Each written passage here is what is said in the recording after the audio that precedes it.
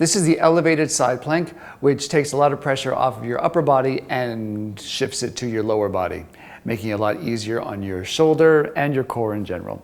So you're just gonna line yourself up next to a sturdy surface like a bench, or in this case, an ottoman. You can also do this on a higher surface as well if you're just starting out. So you place your forearm down, make sure you're very stable, and look, you can start from the knee first and just pull in your obliques, pull in the side here, stay very strong, and also engage your inner thigh of this top leg. Make sure there's no pressure on the inside of the knee. Hi, boy.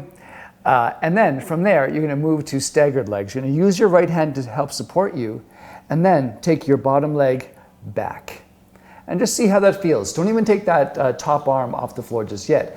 Feel the obliques engage, feel the hip lift, feel the pressure in your, feel the strength in your legs, push the floor away.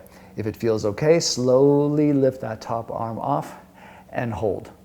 Here's your staggered side plank, elevated, and then if you're ready, stack the legs.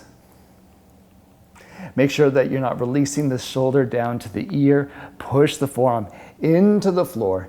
Keep the hips up, even up a little bit higher than the line of your body is much better than dropping down like this. Pull the obliques in. You can even feel them working here. And that's it. Hold for about 5 to 15 seconds. Rest and change sides.